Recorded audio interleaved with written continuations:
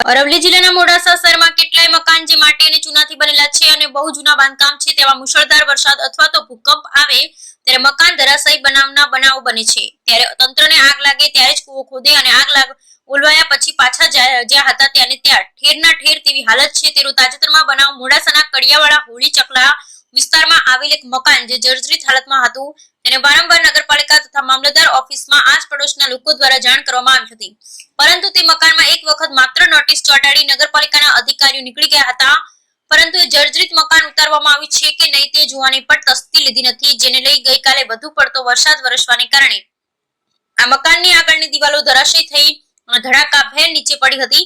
સદનસીબે ત્યાં આગળ રોજ નાના બાળકો રમતા હોય છે, પરંતુ વરસાદના કારણે તેઓ કોઈ હતું નહીં, જેને લઈ જાનહાનિ ટળી, નહીં તો ત્યાં બાળકો હોત અને જાનહાનિ થઈ હોત તો આનો જવાબદાર કોણ હોત તે આસપાસ નાગરિક કરી રહ્યા હતા। તો સત્વરે આવા મકાનોને તંત્ર ઉપર રહી અને ઉતરાવી લે તે હિતાવત છે, નહીં તો મોટી જાનહાનિ ઘટનાઓ ઘટતા વાર નહીં લાગે। બ્યુરો રિપોર્ટ કાદરડમ રીમોડાસા। મારું નામ કડિયા મિતેશ છે। હું કડિયાવાડા હોળી ચકલાનો રહેવાસી છું। મારા પડોશમાં જે ઘર છે એ અગાઉ 3 વર્ષ અગાઉ નગરપાલિકામાં જાણ કરવા છતાં, નોટિસ આપવા છતાં મકાન માલિકે કોઈ ધ્યાન દોર્યું નથી અને ગઈકાલે જે મુશળધાર વરસાદમાં આખી દિવાલ ધરાશાયી થયેલી છે અને આજુબાજુમાં બાળકો વરસાદના કારણે ન રમતા હોવાથી જાનમાલનો બચાવ થયેલો છે। વારંવાર આવી રજૂઆત કરવા છતાં ઉપર અધિકારીઓ છે કોઈ ધ્યાન દોરેલ નથી।